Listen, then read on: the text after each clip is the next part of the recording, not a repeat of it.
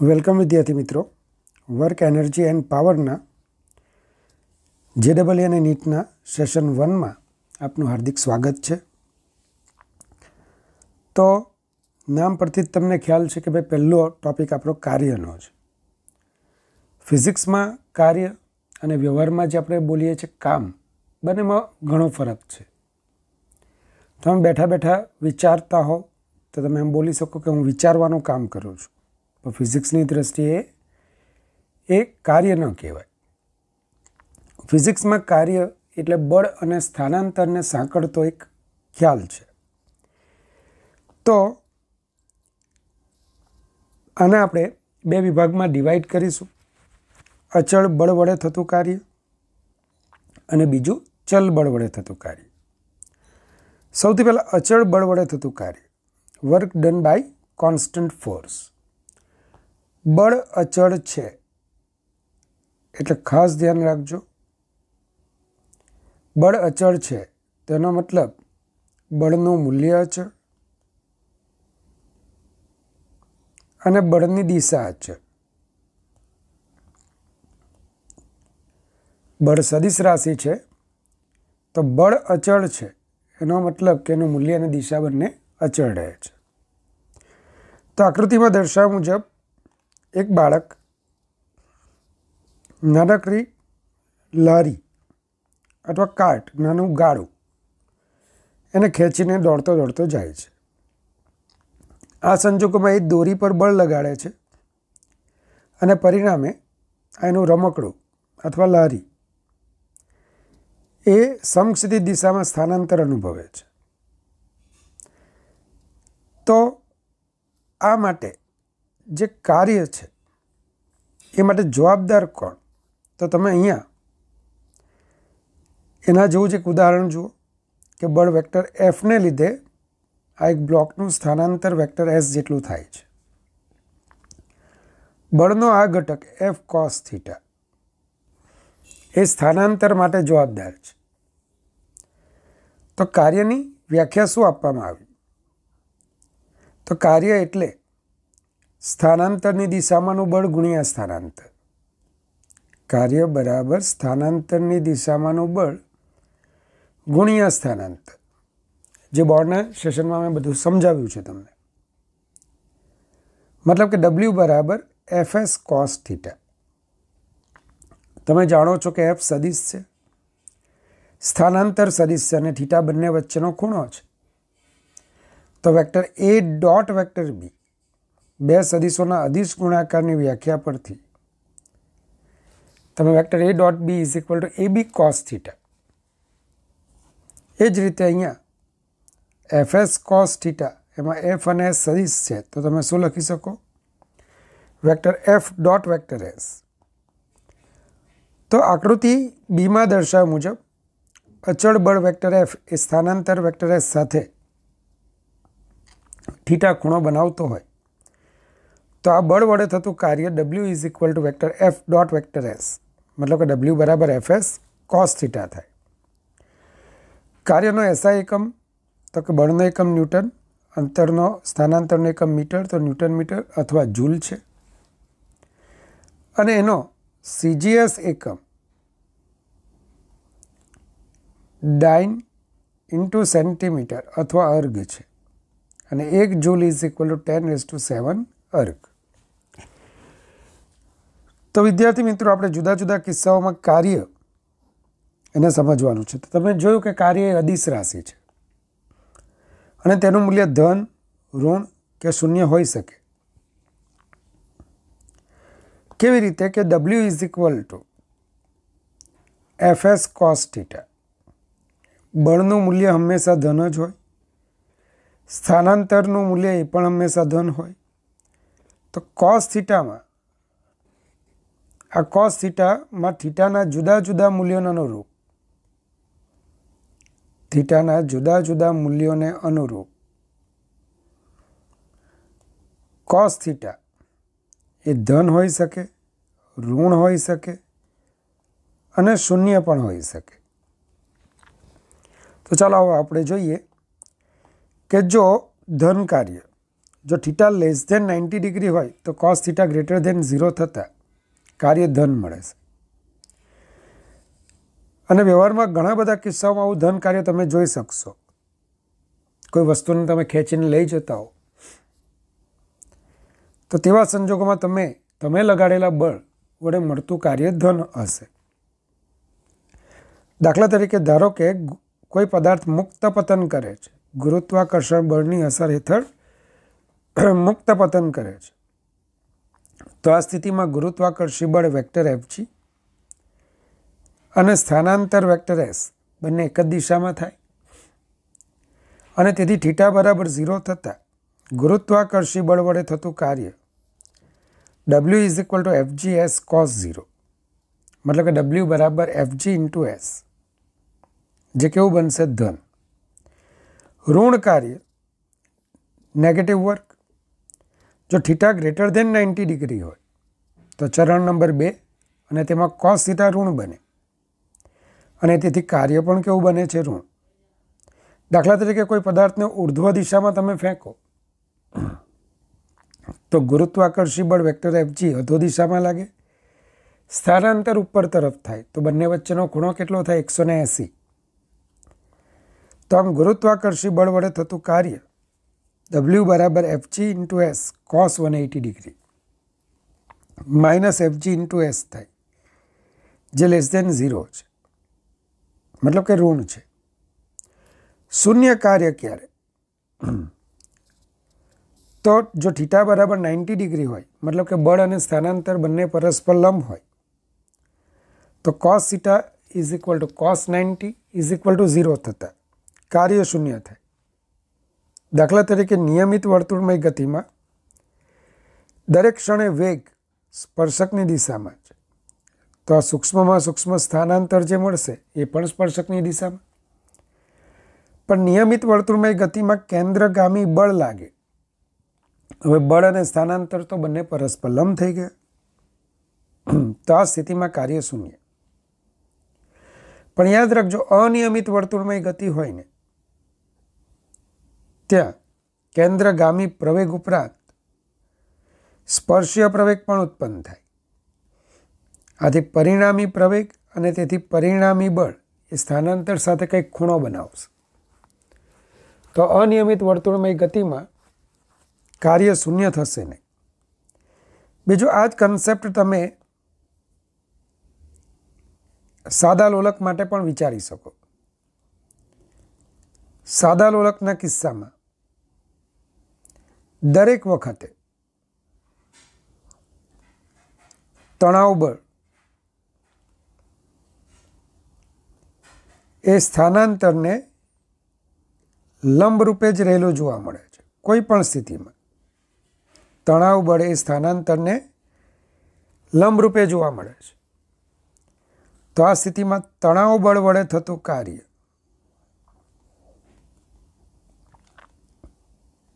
એ પણ શૂન્ય થશે. આ ઉપરાંત તમે કોઈ વસ્તુને ઉંચકીને જાઓ છો,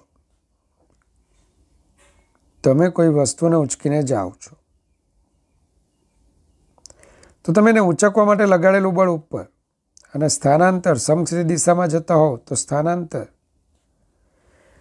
સમક્ષિતિજ, બળ શિરોલંબ, તો તમે એને ઉંચકવા માટે લગાડેલ બળ વડે થતું કાર્ય પણ શૂન્ય થાય. આ જ રીતે કોઈ પદાર્થ સમક્ષિતિજ સપાટી પર સરકતો હોય તો ગુરુત્વાકર્ષી બળ વડે થતું કાર્ય એટલે કે વજન બળ વડે થતું કાર્ય શૂન્ય, લંબ બળ વડે થતું કાર્ય પણ શૂન્ય. તો ધ્યાન આપજો, આ કિસ્સામાં કાર્ય શું મળશે? શૂન્ય. તો હવે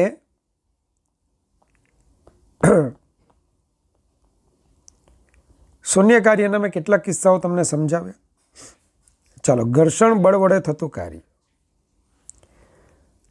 તો ગતિક ઘર્ષણ બળ એના વડે થતું કાર્ય પહેલાં આપણે સમજીએ. પણ મુખ્ય મુદ્દો એ છે કે ઘર્ષણ બળ વડે ધન, ઋણ કે શૂન્ય કાર્ય થઈ શકે છે. કાર્ય ધન પણ હોઈ શકે, ઋણ પણ હોઈ શકે અને શૂન્ય પણ. દાખલા તરીકે કોઈ સપાટી પર, કોઈ રફ સપાટી પર સરકતો પદાર્થ તો એના પર ગતિક ઘર્ષણ બળ હંમેશા ગતિની વિરુદ્ધ દિશામાં લાગે.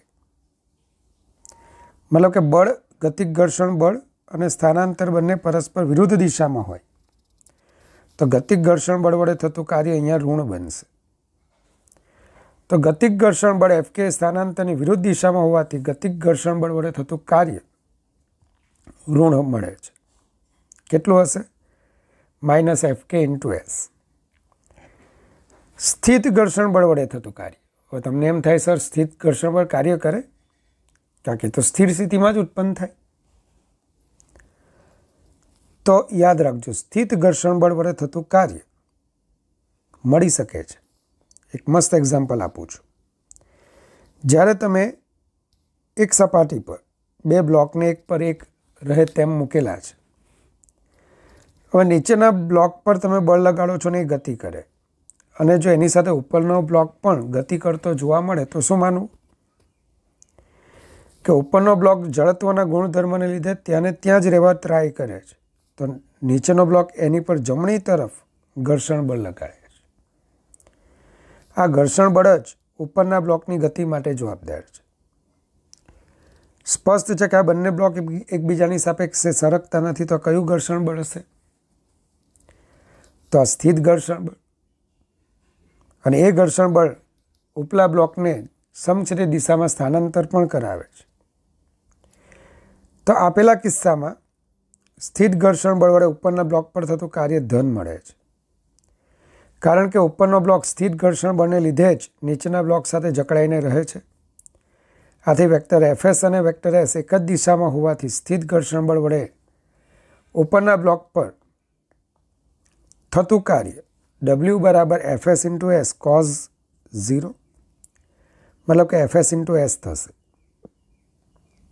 તો ભૂલે ચૂકે પણ નીટવાળા ખાસ તમને સ્થિત ઘર્ષણ બળ વડે હંમેશા કાર્ય શૂન્ય મળે છે, તો જવાબ છે ના. ચલો, ઘર્ષણ બળ વડે સ્થિર ટેબલ પર થતું કાર્ય. તો ઘર્ષણ બળ વડે સ્થિર ટેબલ પર થતું કાર્ય શૂન્ય હોય, ટેબલ જ સ્થિર છે. કયો કિસ્સો છે કે ભાઈ એક ટેબલની સપાટી પર બ્લોક જમણી તરફ ખસી રહ્યો છે, તો ટેબલ વડે બ્લોક પર લાગતું ગતિક ઘર્ષણ બળ ડાબી બાજુ, તો બ્લોક વડે ટેબલ પર લાગતું ઘર્ષણ બળ જમણી બાજુ. પણ આ ટેબલ બળ લાગવા છતાં સરકતું નથી, તો એ કાર્ય શું થશે? ટેબલ પરનું કાર્ય શૂન્ય, કારણ કે ટેબલનું સ્થાનાંતર શૂન્ય છે. ચાલો, આ ઉપરાંત જ્યારે પણ તમે બાઇક પરથી સરકી જાઓ છો, પડી જાઓ છો, અથવા તમારો બાઇક સ્લીપ થઈ જાય છે, તો બાઇક પર રસ્તા વડે ઘર્ષણ ક્યાં લાગશે? પાછળ. તમારા બાઇકનું સ્થાનાંતર આગળ. તો રસ્તા વડે લાગતા ઘર્ષણ બળ વડે થતું કાર્ય ઋણ મળશે. તો બાઇક એટલું જ ઘર્ષણ રસ્તા પર પણ આપે છે, પણ રસ્તા પર થતું કાર્ય શૂન્ય થશે. તો અહીંયા ન્યૂટનના ત્રીજા નિયમની જેમ નથી કે એક વસ્તુ બીજા પર જેટલું કાર્ય કરે એટલું જ બીજા વડે પહેલાં પર થાય, એવું અહીંયા હોતું નથી. તો આ બાબતને ખાસ ધ્યાનમાં લેજો. ચાલો, કાર્ય વિશે થોડી વધારે માહિતી મેળવીએ. જો અચળ બળ વેક્ટર Fની અસર હેઠળ પદાર્થ પ્રારંભિક સ્થાન વેક્ટર Ri થી અંતિમ સ્થાન વેક્ટર Rf સુધી સ્થાનાંતરિત થાય તો તે દરમિયાન કાર્ય. તો કાર્ય બરાબર W = vector F dot vector S. ફરી પાછો કહું, W બરાબર vector F dot vector S. આ સૂત્ર ક્યારે વપરાય? તો કે આ સૂત્ર જો બળ અચળ હોય તો જ વપરાય. બળ અચળનો મતલબ એનું મૂલ્ય અચળ, એની દિશા અચળ. તો ધારો કે બળ Fની અસર હેઠળ પદાર્થ વેક્ટર Ri થી વેક્ટર Rf સુધી સ્થાનાંતરિત થાય છે. ચલો, તો દ્વિપરિમાણમાં આપણે જોઈએ. આ વેક્ટર Ri અને આ વેક્ટર Rf અંતિમ સ્થિતિ છે. ભલે ગમે તે માર્ગે પદાર્થ જતો હોય, પણ આખી ઘટના દરમિયાન જો બળ અચળ રહેતું હોય તો આનો સ્થાનાંતરનો સદિશ શું થશે? અંતિમ સ્થાન ઓછા પ્રારંભિક સ્થાન. તો કાર્ય W બરાબર vector F dot vector S vector F dot vector RF minus vector RI. ચાલો બીજું છે એક example. Vector F is equal to 3i cap plus 2j cap plus 4k cap newton બળની અસર હેઠળ એક કણ બિંદુ -213 મીટરથી 36 -2 મીટર બિંદુ પર પહોંચે છે. આ બળ વડે થતું કાર્ય શોધો. તો પહેલાં એ જુઓ કે આ બળ કેવું છે, ચલ કે અચળ? તો કે અચળ. બસ અચળ બળ આવે એક જ સૂત્ર લાવે. કાર્ય બરાબર vector F dot vector S. હવે વેક્ટર S એટલે અંતિમ સ્થાન ઓછા પ્રારંભિક સ્થાન. 3 6 -2 -213 3 -2 5 6 -1 5 -2 -3 -5. તો આપેલ બળ વડે થતું કાર્ય W બરાબર vector F dot vector S. 3 2 4 dot 5 5 -5. ચલો અદિશ ગુણાકાર તમને આવડે જ છે. XX ઘટકનો ગુણાકાર વત્તા YY ઘટકનો ગુણાકાર વત્તા ZZ ઘટકનો ગુણાકાર. તો કાર્ય 5 જૂલ મળશે. તો વિદ્યાર્થી મિત્રો, અચળ બળના કિસ્સામાં કાર્ય આ રીતે તમે મેળવી શકો. પછી એક પરિમાણ હોય કે દ્વિપરિમાણ. પણ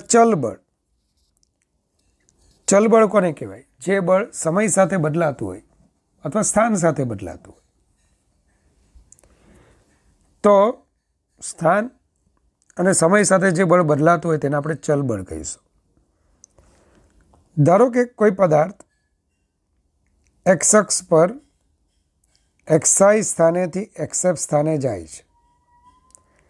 આ દરમિયાન એના પર લાગતું બળ ચલ બળ છે, અચળ નથી. બળ સતત બદલાય છે. હા, ભલે એની દિશા એની એ જ રહે, પણ એનું મૂલ્ય સતત બદલાય છે. હવે આ સ્થિતિમાં તમારે આખા ગતિમાર્ગને નાના નાના ખંડોમાં વિભાજિત કરવા. ડેલ્ટા એસ અથવા ડેલ્ટા એક્સ જેવા નાના નાના ખંડોમાં વિભાજિત કરો. ખંડ એટલા નાના રાખો કે આટલા ખંડ પૂરતું બળ અચળ બની જાય. ખંડ એટલા નાના રાખો કે જેથી આટલા ખંડ પૂરતું બળ કેવું બની જાય? અચળ. બસ હવે આ નાનકડા ખંડ માટેનું કાર્ય ડેલ્ટા W બરાબર F ડેલ્ટા S શોધી કાઢો. અને આવા જેટલા સૂક્ષ્મ કાર્ય છે એ બધાનો સરવાળો કરો એટલે તમને શું મળશે? કુલ કાર્ય. ચાલો હવે આ બાજુ ધ્યાન આપજો. તો કે ભાઈ ધારો કે ચલ બળ વેક્ટર Fની અસર હેઠળ પદાર્થ એક પરિમાણમાં પ્રારંભિક સ્થાન SI થી અંતિમ સ્થાન SF સુધી ગતિ કરે છે. અહીં બળ F અને સ્થાનાંતર Sનો આલેખ તમને આકૃતિમાં બતાવેલો છે. આપેલ આલેખને તમે ડેલ્ટા S જેવા નાના નાના નાના ખંડોમાં વિભાજિત કરી દો. તો આમાંના એક સૂક્ષ્મ સ્થાનાંતર ખંડ માટે બળ F લગભગ અચળ ગણી શકાય. તમે ચેક કરો. આ તો બહુ મોટો ખંડ છે. એકચ્યુઅલી આ ખંડ આટલો નાનો છે. તો આટલા નાના ખંડ માટે બળનું મૂલ્ય બહુ બદલાતું નથી. બાકી તમે જોઈ શકો છો કે SI થી SF સુધી બળ સતત બદલાય છે. તો તમે આખા જે માર્ગ છે SI થી SF સુધીનો જે માર્ગ છે એને તમે નાના નાના ખંડોમાં વિભાજિત કરો. પ્રત્યેક ખંડ એટલો નાનો રાખો કે એટલા ખંડ પૂરતું બળ લગભગ અચળ ગણાય. તો આ સૂક્ષ્મ સ્થાનાંતર માટે કાર્ય ડેલ્ટા W બરાબર શું આવશે? F delta S. આથી કુલ કાર્ય W is equal to sigma delta W. ચલો delta W is equal two F delta S from SI થી SF.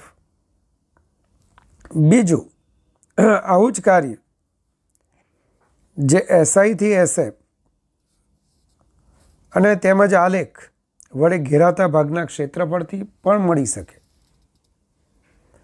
મેં આવું ભણાવેલું કે કોઈ પણ આલેખનું ક્ષેત્રફળ તે બે ભૌતિક રાશિના ગુણાકારથી મળતી ભૌતિક રાશિ દર્શાવે. તો આ આલેખ બળ વિરુદ્ધ સ્થાનાંતરનો આલેખ છે. એનું ક્ષેત્રફળ એ બળ અને સ્થાનાંતરના ગુણાકારથી મળતી ભૌતિક રાશિ, મતલબ શું આપશે? કાર્ય. તો આમ એફ વિરુદ્ધ એસના આલેખ વડે સ્થાનાંતર અક્ષ સાથે ઘેરાયેલ ભાગનું ક્ષેત્રફળ પણ આપણને કાર્ય આપે. પણ અફસોસ, આપણે જે નાનકડો વિભાગ લીધો એમાં હજુ પણ બળ અચળ ન રહેતું હોય, બદલાતું હોય, તો શું કરવાનું? તો હજુ તમારે સમગ્ર માર્ગને હજુ નાના નાના નાના ખંડોમાં વિભાજિત કરવા. કોઈ પૂછે કેટલો નાનો ખંડ, તો કે આ ખંડ એટલો નાનો હોવો જોઈએ કે જેથી એ બિંદુવત બની જાય. અને બિંદુવત ખંડ માટે શું આપણે લખીએ છીએ? Limit delta S tends to 0. તો limit delta S tends to 0 જ્યારે આપણે આવું લઈશું ત્યારે ઉપરોક્ત સરવાળો એક સંકલનમાં પરિણમશે,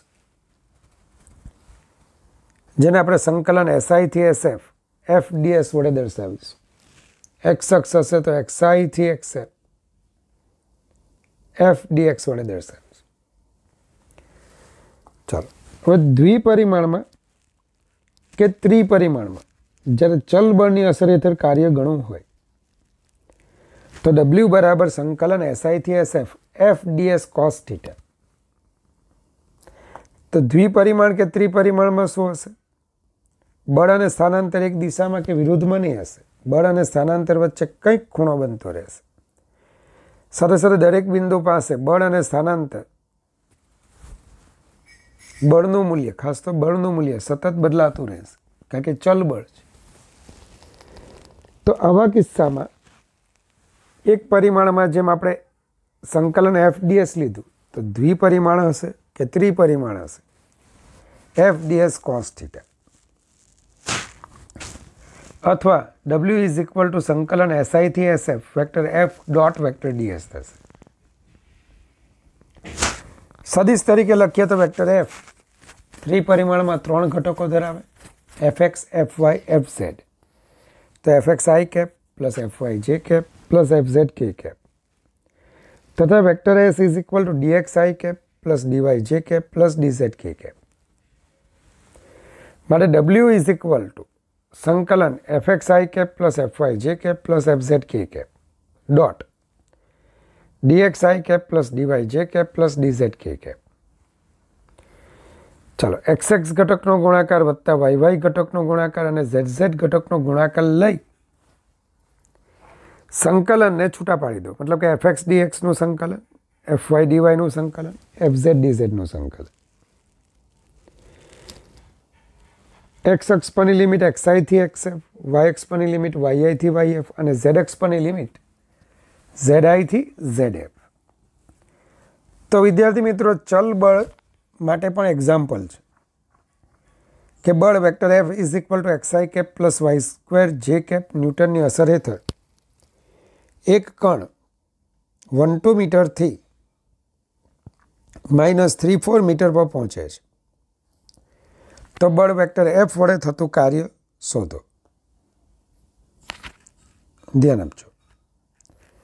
તો અહીં આપેલ બળ એ ચલ બળ હોવાથી કાર્ય W બરાબર સંકલન vector F dot vector DS, મતલબ કે xi cap plus Y square જે કેપ ડોટ ડીએસ એટલે દ્વિપરિમાણ છે તો dxi cap plus dy J cap, અને ત્રિપરિમાણ હતે તો dxi cap plus dy J cap plus dz k cap.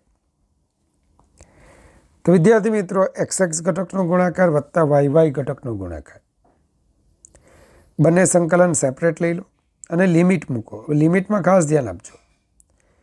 1-2 થી -3-4 તો xm 1 થી -3 થાય છે અને ym 2 થી 4 થાય છે. તો સંકલન x dx તો 1 થી -3 y સ્ક્વેર dy 2 થી 4. ચલો, આનું સંકલન x²/2 આ y³/3. પહેલાં xને બદલે -3 મૂકો અને ઓછા કરીને xને બદલે 1 મૂકો. તો 9 - 1 8/2 4. વાયને બદલે પહેલાં 4 મૂકો તો 4 નો ઘન 64 ઓછા વાયને બદલે 2 મૂકો તો 2 નો ઘન 8, 64 ઓછા 8 56 ભાગ્યા 3 તો 68/3 જૂલ આવું મળશે. વિદ્યાર્થી મિત્રો, બીજો એક અગત્યનો ક્વેશ્ચન છે. F બરાબર 10T બળની અસર હેઠળ 10 કિલોગ્રામ દળનો પદાર્થ સુરેખ પથ પર ગતિ કરે છે તો 2 સેકન્ડમાં થતું કાર્ય શોધો. તો અહીં W બરાબર સંકલન 0 થી 2 F dx. સુરેખ પથ પર છે, એક પરિમાણમાં ગતિ છે. તો થોડું ધ્યાન આપો, તમારો સંકલનનો ચલ કોણ છે? dx. અને લિમિટ સમયની છે. એકચ્યુઅલી આમ તો લખાઈ જ નહીં શરૂઆતમાં. F is equal two 10T dx. તો આખી ઘટના દરમિયાન સમય પણ ચલ છે ને સ્થાનાંતર પણ ચલ છે. તો કરીએ શું? તો મોટો પ્રોબ્લેમ થઈ ગયો. તો કામ કરીએ, dx by dt into dt. Clear? આ સ્ટેપ ખબર પડી તમને? dt વડે ગુણાકાર, dt વડે ભાગાકાર. પણ dx બાય dt v.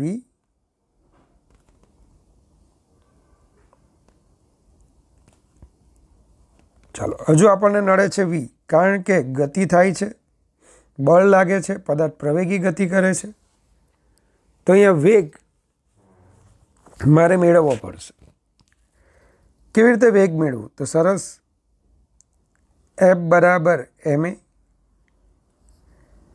ચાલો, F 10T છે, m 10 kg છે અને a બરાબર dv બાય dt છે. તો dv is equal to t dt. બંને બાજુ સંકલન લઈ લો. ફ્રોમ 0 ટુ t, આ 0 થી v. તો 1 dv is equal to v t square by 2, 0 થી t. તો v minus 0 t square by 2. તો v is equal to t square by 2. આવું તમને પરિણામ મળશે. બસ એકમાં કિંમત મૂકી દો. તો 10t into T square by 2 dt. બસ આખી લિમિટ સમયની થઈ ગઈ. તો 0 થી 2 સેકન્ડ. ચલો, 5 અચળ આગળ લઈ લો. ટી ક્યુબ dt અને ટી ક્યુબનું સંકલન t⁴/4 0 ટુ 2. 2 ની 4 ઘાત 16 ઓછા 0 4. તમારો આન્સર આવશે 20 જૂલ. તમે મહત્વનું સ્ટેપ શું છે કે અહીંયા આવીને તમે અટકી જાઓ છો. પણ વિચારો, dx ને કાઢો, t ને લાવો, કારણ કે ચલ આપણો કોણ છે? t છે. ચાલો, તો બહુ સરસ દાખલો હતો, એન્ટ્રન્સમાં પૂછાયેલો દાખલો હતો. તો વિદ્યાર્થી મિત્રો, છેલ્લું એક કાર્ય આવે છે સ્પ્રિંગ બળ વડે થતું કાર્ય. આ પણ એક ચલ બળની અસર હેઠળ થતું કાર્ય જ છે. દાખલા તરીકે તમને એક સ્થિતિસ્થાપકતાનો ગુણધર્મ ધરાવતી સ્પ્રિંગ આપેલી છે અને પ્રારંભમાં એ સામાન્ય સ્થિતિમાં છે. હવે જો તમે આ સ્પ્રિંગ પર બાહ્ય બળ લગાડો, F એજન્ટ બાહ્ય બળ, તો બાહ્ય બળની આ અસર હેઠળ સ્પ્રિંગ ખેંચાશે. પણ સ્થિતિસ્થાપકતાના ગુણધર્મને લીધે સ્પ્રિંગમાં એક બળ ઉત્પન્ન થશે, જેને આપણે બોલીશું રિસ્ટોરિંગ ફોર્સ અથવા સ્પ્રિંગ ફોર્સ, પુનઃસ્થાપક બળ. આ જ રીતે જો સ્પ્રિંગને સંકોચન આપશો, બાહ્ય બળ દ્વારા સંકોચન આપશો, તો એ કિસ્સામાં પણ સ્પ્રિંગને પોતાની મૂળ સ્થિતિએ લઈ જતું એક બળ ઉત્પન્ન થશે, જે બળને આપણે શું કહીશું? પુનઃસ્થાપક બળ અથવા સ્પ્રિંગ બળ. ચાલો, આમ રોબર્ટ હુક નામના વિજ્ઞાનીએ એક નિયમ આપ્યો કે ભાઈ સ્થિતિસ્થાપકતાનો ગુણધર્મ ધરાવતી એક સ્પ્રિંગની લંબાઈમાં જ્યારે તમે એક્સ જેટલો ફેરફાર કરશો તો તેમાં ઉદ્ભવતું રિસ્ટોરિંગ ફોર્સ લંબાઈના ફેરફારના સમપ્રમાણમાં પરંતુ એની વિરુદ્ધ દિશામાં હશે. બરાબર છે. એક્સ પોઝિટિવ તો ફોર્સ રિસ્ટોરિંગ ફોર્સ નેગેટિવ, અને એક્સ નેગેટિવ આપણે એક્સ બરાબર 0 લીધું છે તો એફ પોઝિટિવ. જે કેને આપણે બોલીશું સ્પ્રિંગનો બળ અચળાંક, અને જેનો એકમ હશે ન્યૂટન પર મીટર અથવા કિલોગ્રામ પર સેકન્ડ સ્ક્વેર. હવે જો મારે આ સ્પ્રિંગ એની લંબાઈમાં કંઈ પણ ફેરફાર કરવો હોય, વધારો કરવો હોય કે ઘટાડો, તો ઉદ્ભવતું બળ રિસ્ટોરિંગ ફોર્સ એફ બરાબર માઇનસ કે એક્સ છે. આ સમીકરણ વાય બરાબર mx જેવું છે, જે સુરેખાનું છે, અને એનો ઢાળ m બરાબર માઇનસ કે થાય છે. ચાલો, ઋણ ઢાળ ધરાવતી અને ઉગમ બિંદુમાંથી પસાર થતી સુરેખા એ એફઆર વર્સિસ એક્સનો ગ્રાફ છે. પણ એફ એજન્ટ એટલે બાહ્ય બળ,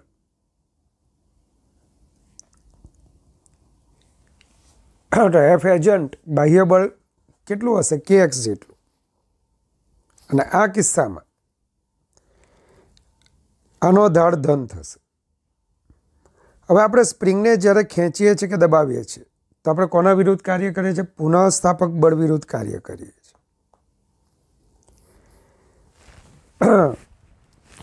તો બાહ્ય બળ વડે થતું કાર્ય પુનઃસ્થાપક બળની વિરુદ્ધમાં, અથવા પુનઃસ્થાપક બળ વડે થતું કાર્ય બાહ્ય બળની વિરુદ્ધમાં. તો જો મારે સ્પ્રિંગ બળ વડે થતું કાર્ય ગણવું છે, પુનઃસ્થાપક બળ વડે થતું કાર્ય ગણવું છે, તો સંકલન રિસ્ટોરિંગ ફોર્સ ઇન્ટુ ડીએક્સ.